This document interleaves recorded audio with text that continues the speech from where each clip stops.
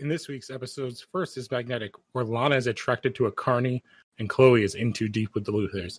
Then, in Shattered, Lex is more than on edge and Clark has to decide what to do with his friend. This is the Smallville Chronicles.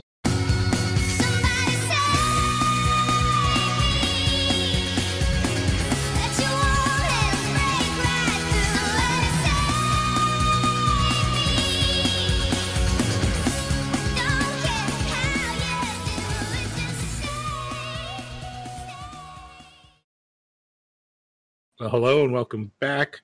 So this is season 3. This is our 4th round in season 3. Yes. Yeah. And so we have 2 episodes. One is a whatever filler episode for the most part, and the other one is like awesome and basically deals with most of the rest of the season. It's and like also is a take on mental illness. Yes. And they actually like call it back like a ton for seasons going forward. But so this first episode, Magnetic. I didn't even introduce. I'm Luke Gonzalez, and joining me as always is Alan Muir. Hello. And we lost the other robot, which is fine. Screw you, Reverse Greg. So this first episode is like a real whatever. Like, I don't even know like how else to describe it. Yeah, it from on paper and on screen it sounds like a fantasy.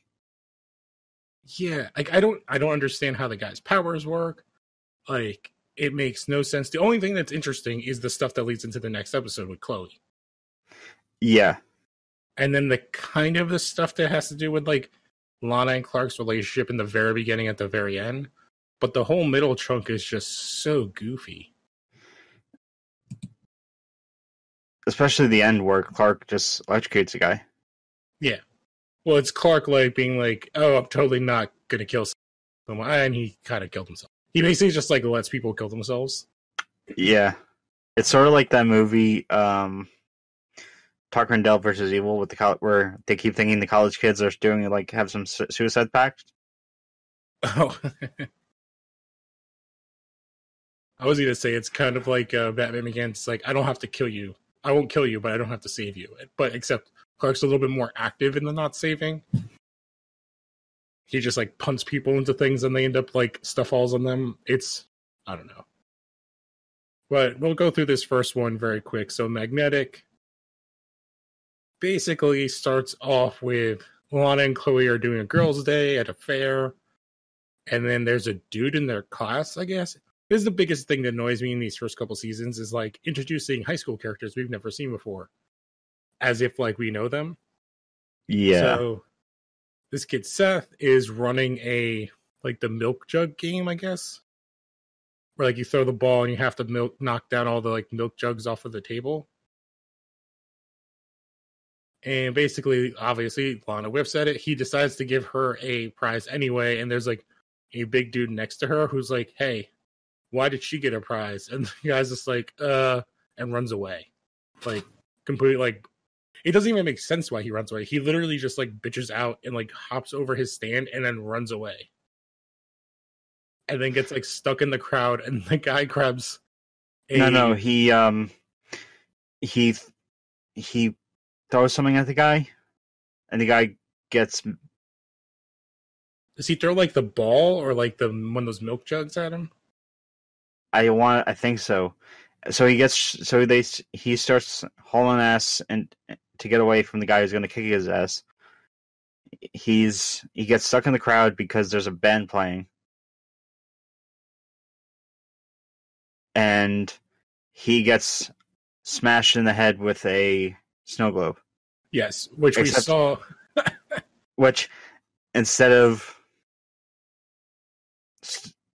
snow, it's meteor rock fragments. Which they like instead of it being like a winter wonderland, like it's a Smallville meteor shower globe. Okay, I found the character who attacks him, and it's just a trucker. That's all. They don't even give him a name. He's just trucker. Oh god. So Smallville. giving truckers bad Yeah, this is definitely a bad Smallville name. episode. This feels like a season 1 episode. Oh yeah, this has all the hallmarks of what everybody complains that Smallville was. Where it's an episode all about relationships, wonky powers, bad special effects. Like, it's all of those things in one episode. And it doesn't, and for the most part, the Ace story is completely never mentioned or brought up again. So basically, Seth gets taken to the hospital. They go to give him an MRI. The machine shorts out and electrocutes the technician as he's trying to pull him out. And then they end up turning it off, and Lana comes in and rushes to his side. And when he touches her, there's little tiny green sparks. And then now Lana is, I wouldn't say necessarily like in love. It's more like she kind of does whatever he wants. Like, it's more like as it says here on this, as it says here on the Smallville wiki, there are tiny green sparks, and Lana suddenly finds Seth attractive. So, and the reason that is because before Seth like exit or goes. What's the term?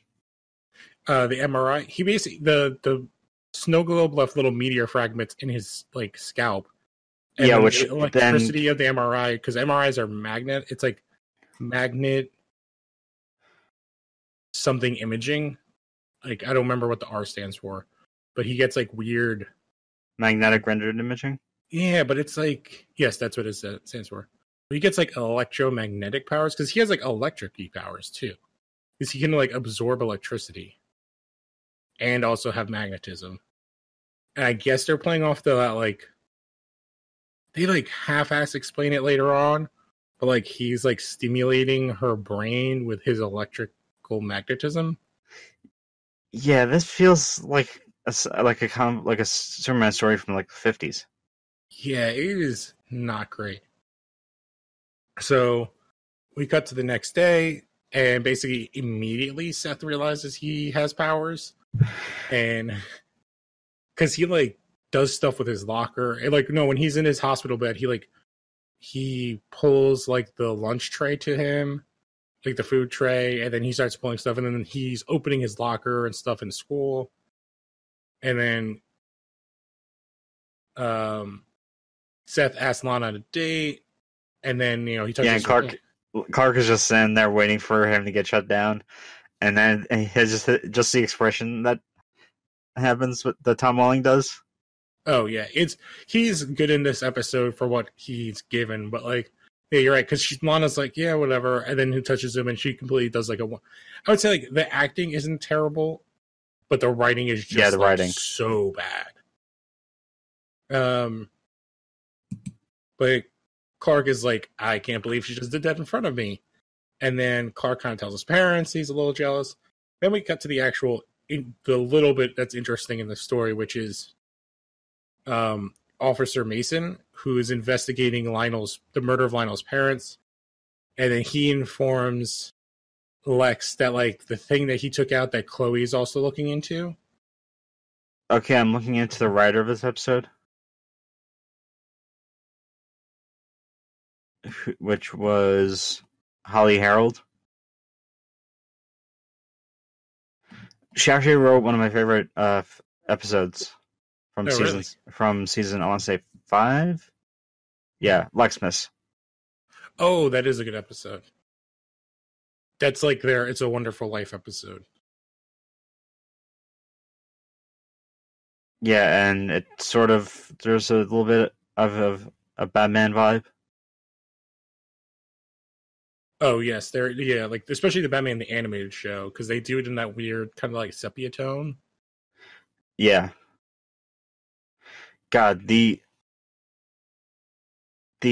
parallel stories where it's just nothing to do with what's going on in the season are just so great. Mm-hmm. Except for this episode. Yeah. So basically, Lex goes and talks to Chloe, and she's like, I don't want to talk about it. And then Lex is basically like, you have no idea what you're dealing with, and kind of leaves her.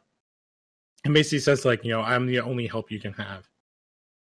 And so Clark goes to town to tell Lana the truth, and she says, like, oh, she's not attracted to Seth, and she was kind of doing it to make him jealous, until Seth shows up and touches her, and she completely changes her mind.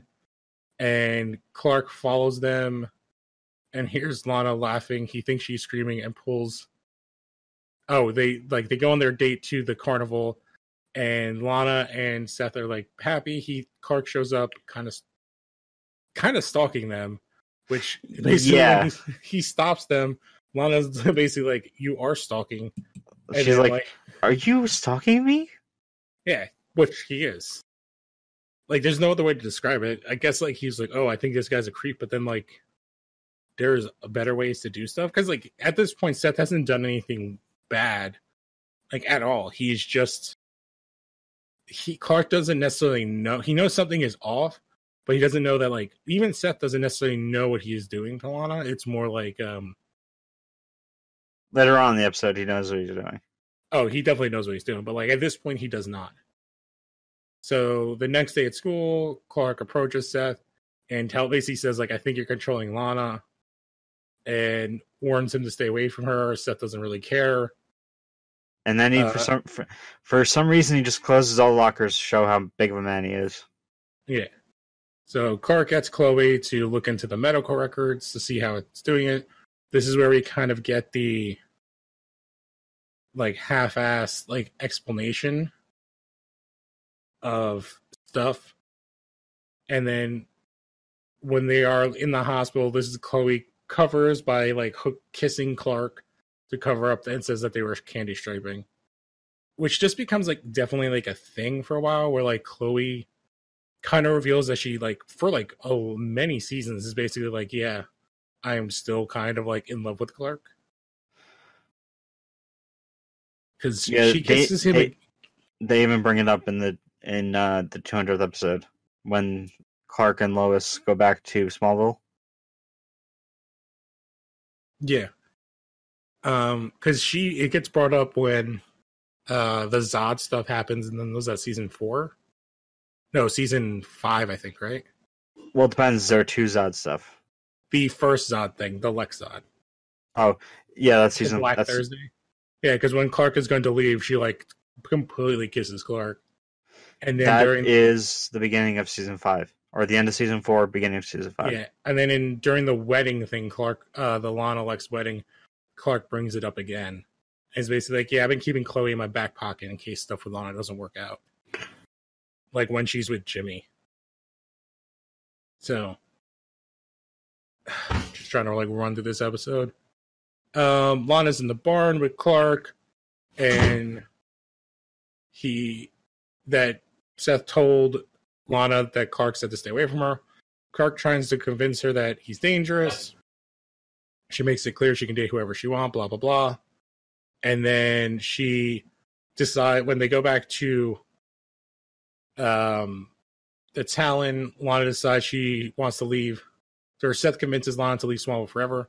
She takes all the money out of the register, and then Seth pulls up in a yellow Mustang. That he stole. They're driving away. This is actually my favorite part of the episode, when Clark's using his powers in a smart way. Yeah. So he heat visions the road so that the car gets stuck. And then Seth, like, static clings to, like, a passing by truck and just leaves. And says, I'll come back for you.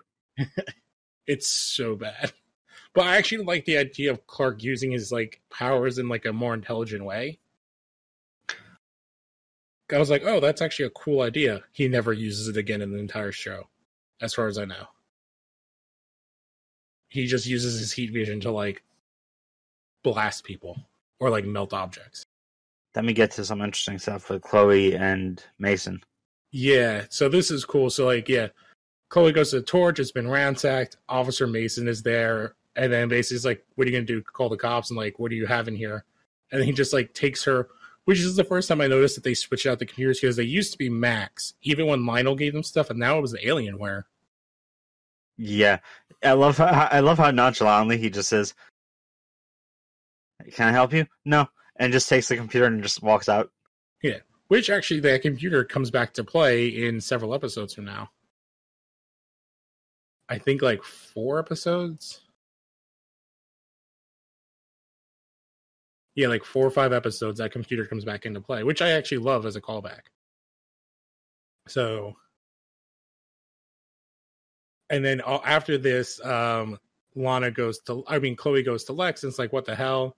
And then he's like, oh, let me show you something, and brings to the Metropolis morgue where Mason is dead of natural causes.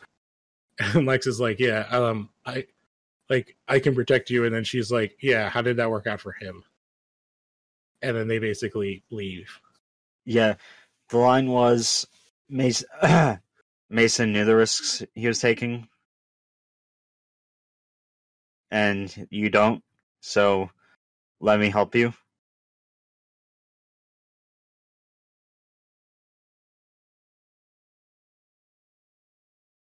And then we get back into the dumb A story. So Clark visits Lana in jail. She's basically, oh, I believe you now. And then Clark leaves to go, I guess, get help or find Seth. In which case, Seth shows up, breaks her out of the jail. And then basically, Lana is like, yeah, I lied to him and told him that you're meeting in Granville, so he's not even here. And then Seth takes the guard's gun. Clark goes home and is like, I can't believe Lana lied to me. Pete shows up because he hasn't been in this entire episode. And is like, hey, guess what? They are on the run. And Clark pulls out a compass, which is, again, smart thing to do. Yeah, to like find out where they are. Obviously, they're back in the carnival because we only are allowed like 5 set pieces per episode at most. And basically figures out where they are. They go into like the haunted house, and Lana gets like taken out somehow. I don't remember what happened. Seth is going to execute Clark, and he tells Lana to go outside, and he'll be right out. Oh yes. So she leaves. He ends up shooting Clark, but the bullets just bounce off. Yeah, they do nothing. And Seth throws one of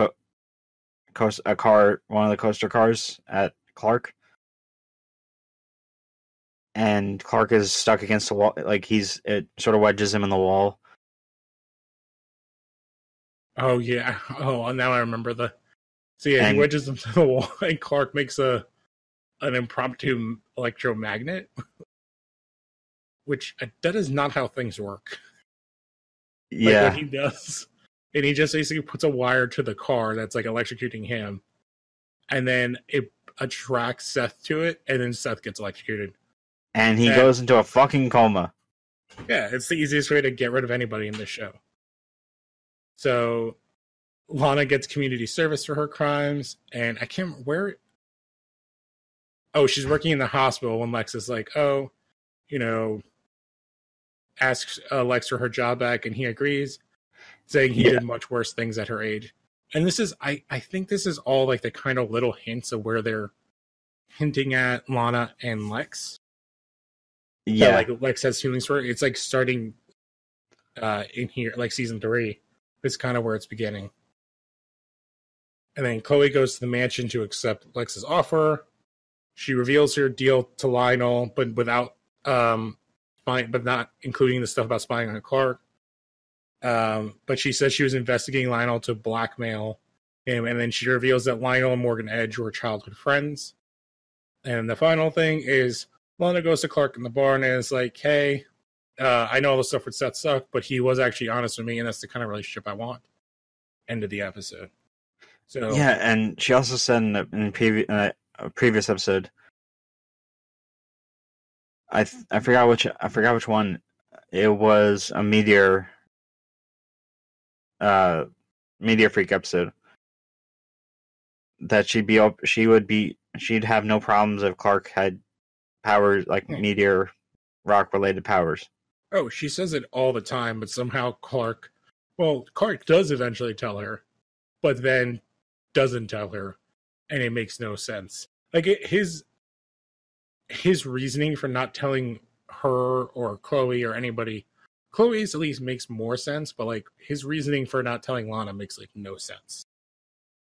And basically, I think it's during like the wedding thing where Chloe basically says the reason, which is like the only reason you're not telling her is because for all the stuff that you're like invulnerable to, it's you're afraid that you're like she'll break your heart, and like you can't take that chance. Which is basically the only reason he doesn't tell Lana, is that he's afraid that she won't like reciprocate or continue to love him. All right, but that like episode was pretty bad. I definitely give that like a D. I think it is like one of the worst episodes in the show, especially because it's like super boring. And the only person who's like a bad actor in it is the kid that plays Seth. Yeah, and Kevin Zegers, who would later would go on to be in such films as Dawn of the Dead. He would reappear on television on Fear the Walking Dead. Oh yeah, he's in Dirty John, which is like a big show right now.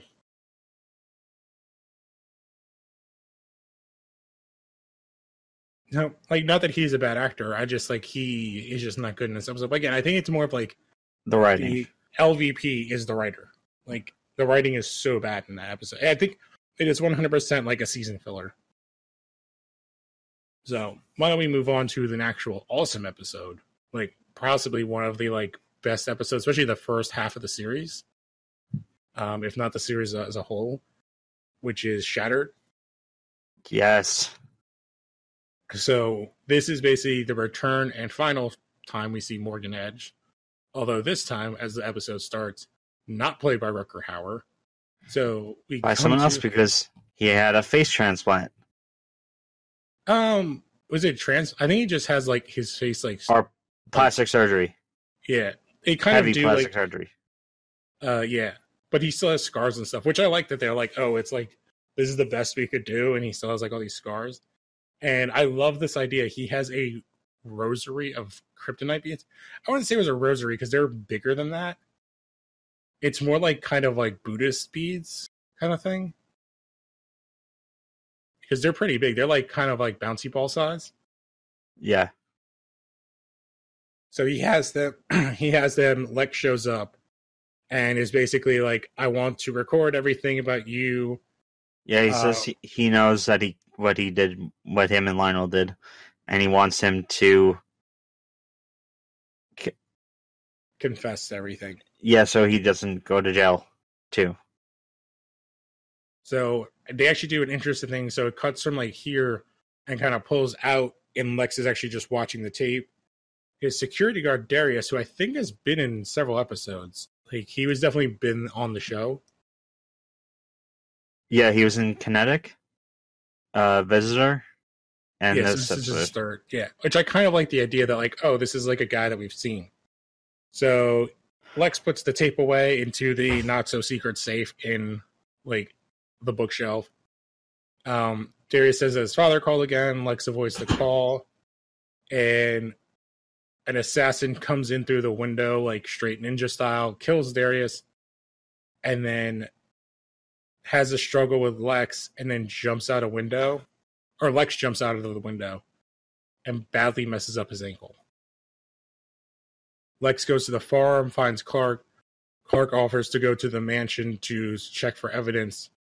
But when Clark gets there, everything is fine, except that there is a different guard there, but he finds with his x-ray vision a shard of glass behind some furniture. And then Clark goes to the farm, he tells Lex. Then he goes to Chloe, and then Chloe admits to finding a connection between Lionel and Edge, but has no idea how Lex developed that theory that they killed Lionel's parents, obviously lying because she told them in the last episode. And then then Lionel makes his triumphant return. Yeah. So Clark and Chloe go to the farm where Lionel's with Jonathan and Martha, and it's basically like, yeah, they need help finding Lex because he's had a complete mental breakdown based on his experiences on the island. And they're like, nah, he's cool. They go back, ah, shit. Yeah, Lex is holding a blanket and saying that, like, his father woke up his baby brother Julian. Yeah. Which this also plays in further the whole, which I think this is like the second time we've heard him talk about Julian. I think they brought it up when the episode where there's a possibility when that woman shows up that him and Clark are siblings. Yeah. But Clark talks about Lex's behavior with his parents. They both think that they need to get him help.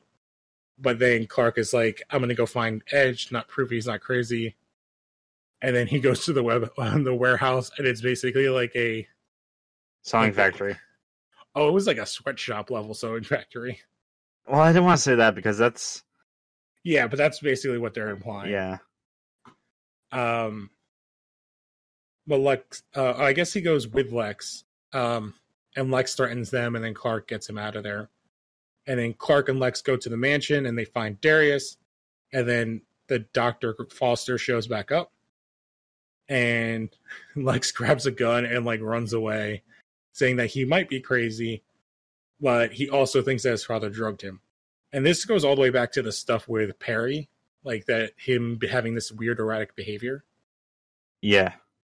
So Lana meets Clark at the Lex at the stables, and she says that she'll stay with Lex until as Clark goes to meet Chloe, and then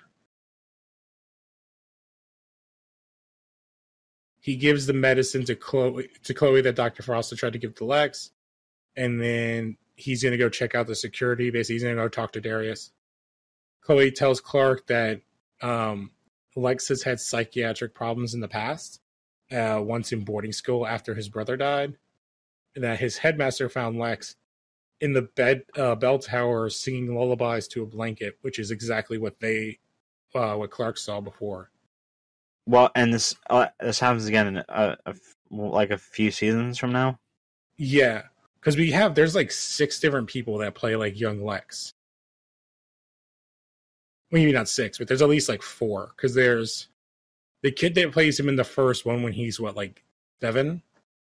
Oh man, that shit messed me up. Yeah. When he's at the birthday party and by himself. Yeah, because there's that kid plays him in like several scenes because he plays him there, and then when we get he plays him in for that scene. He plays him when he finds his like that whole season. He plays like I would say like 13-year-old Lex. Like around there, and then they have another kid play him, the one that ends up playing Superboy, to play like him when he was in boarding school. Yeah, when he's like 16 or 17. Yeah. Which is funny because I think that the middle one is actually kind of bigger than the older one. But I did like that they reused the actor to play Superboy later on. Yeah, I mean, who better? Mm-hmm.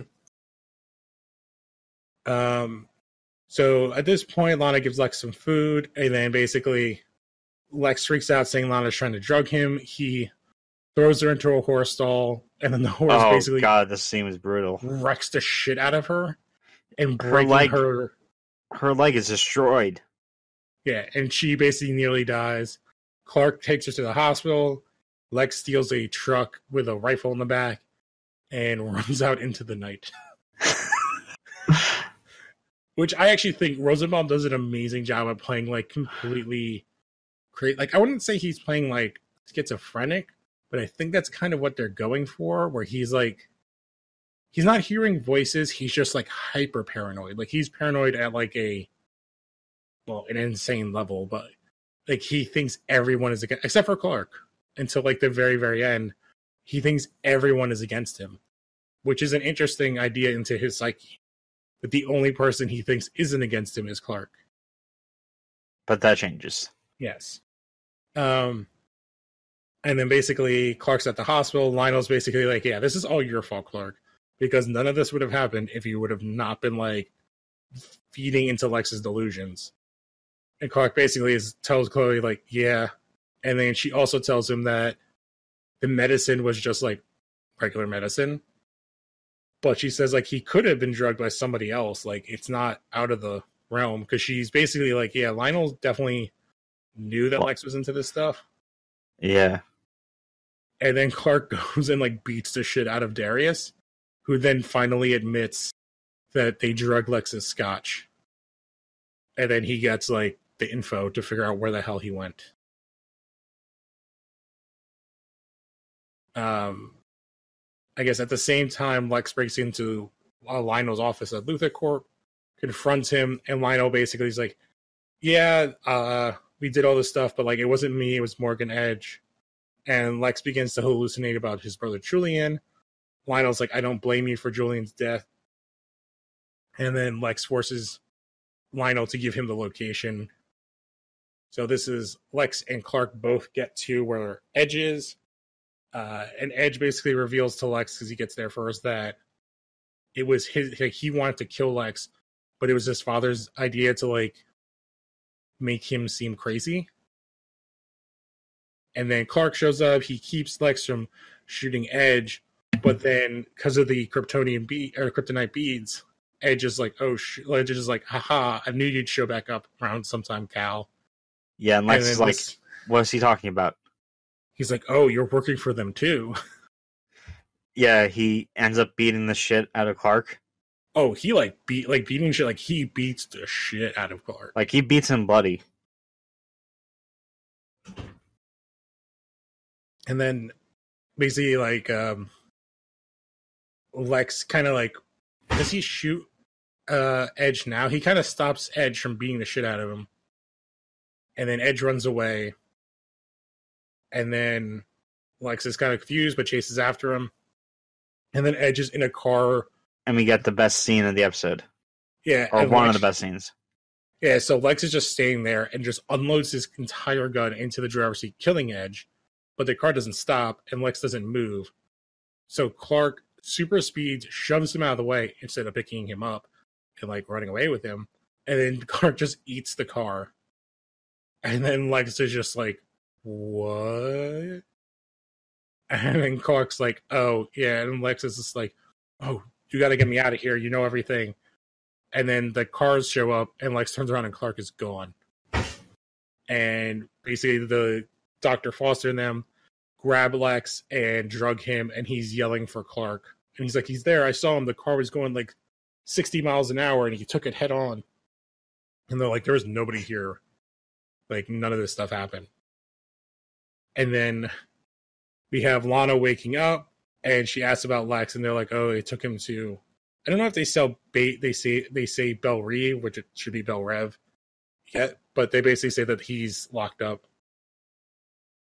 And then she admits that like Clark was right, and that being around him is dangerous, and that she wants to stay away from him, which leads into a bunch of the rest of the stuff that happens in the season, which has a side story with Lana that isn't terrible, especially compared to what she has to endure later on. It's still pretty dumb with the Atom stuff. Oh, God. I don't mind it as much. It gets the next one is way worse. But like, it's still not great. It basically goes into the record of everybody that Lana dates that's not Clark is a terrible human being.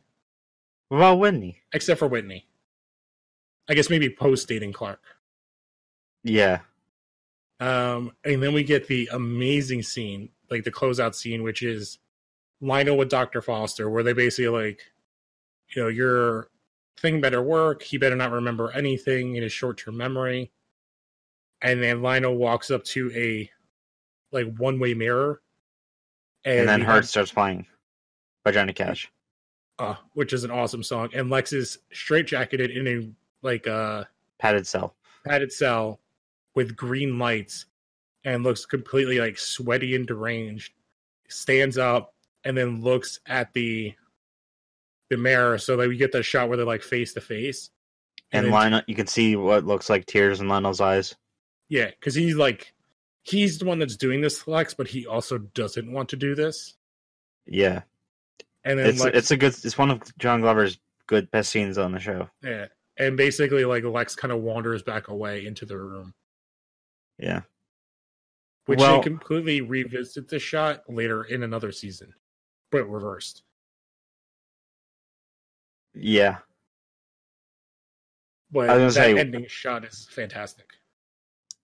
Now, an honorable mention of John Glover's best scenes, season 10 when he's kicking Clark's ass. Oh, when does he click? It's the Earth 2 Lionel. Oh, okay, yeah, I haven't gotten to that yet. Which I just find that funny how Flash sort of took that from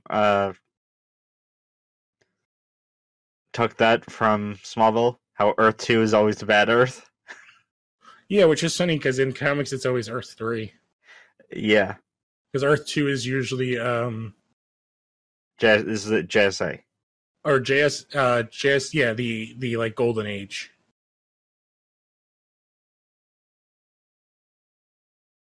Oh man, I do not remember. I guess one of the actors in this ends up coming back as Gordon Godfrey, which I don't remember.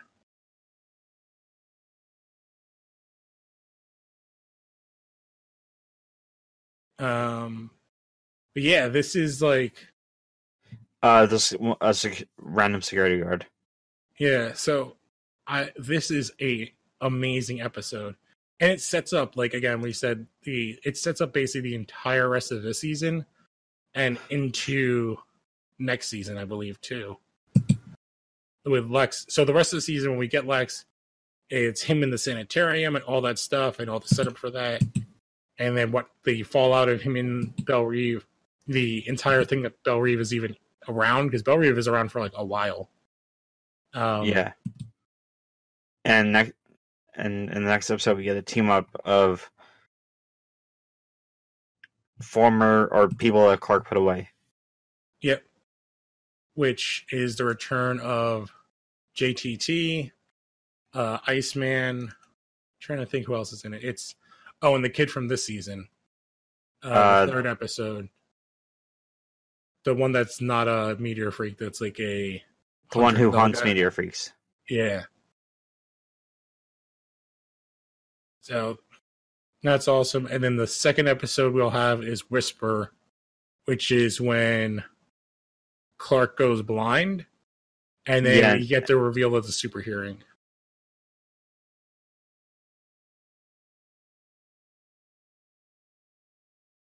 And I was trying to figure out in that second episode if that character is like a comic character, the one with the weird voice thing, because he has like a weird thing. I don't know. We'll get to it next week, but that is also an awesome episode and starts the kind of departure of Pete Ross from the show. Yeah. Yeah. It is definitely like what's setting up the like inevitable departure of Pete. But yeah, these episodes were awesome. This episode, I definitely give this second one an A+, or at least a solid A. And there's like no bad acting in it. Like, I don't think anybody does a bad job. I think everybody does a great job. But that final shot is like the whole episode. And I actually think I give it like Rosenbaum as the MVP because he plays crazy in like I'm crazy. I think I might be crazy, but I'm pretty sure I'm not, like in a not campy way.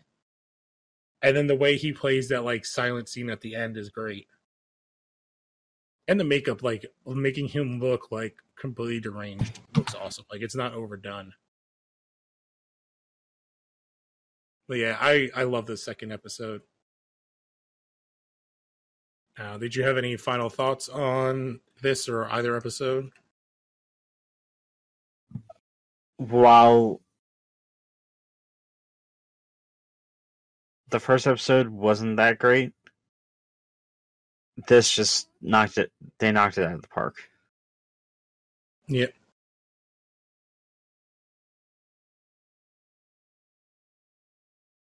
So, yeah, I think that just about does it for this episode. So basically, you can catch me and Alan on Legion of Tune as part of Los Horror. You can search for Legion of Tunes on all your podcast things. The most recent episode we did where we watched Prince of Egypt. And then every Thursday, that's also part of the Fandom Zone, we have And Now Comics, where we talk about like the current comics and everything. And in the last episode, we also did like a Mount Rushmore of each of our favorite sidekicks. But you went like super new school on all your picks for the most part. Yeah, because I'd only read I'd only read certain characters, like the big one, like the main ones, Dick Grayson. Oh yeah, Dick Grayson hasn't been Robin for like 40 years at this point. But yeah, and then you also have your other podcast, which is Los Horror Games, which has been killing it. And that comes out like Sundays or Mondays? It comes out every, depending on when we record, it's either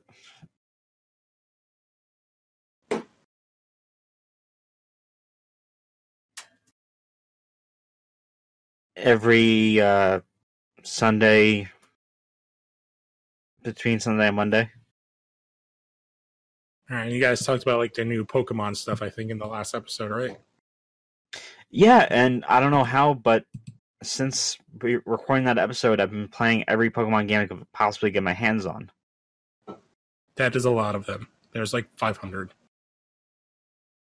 Yeah, I even committed to buying a Nintendo DS so I can play the ones for those. Oh, well, that shouldn't be too much to buy like an old school DS. You know, yeah, I actually found a good deal on eBay. It was for a DS Lite. It was only $39.99. Yeah. But yeah, that kind of wraps us up. So we will catch you on the next episode. I'm Lou Gonzalez. I'm Alan Muir, and this podcast stands for truth, justice, and the American way.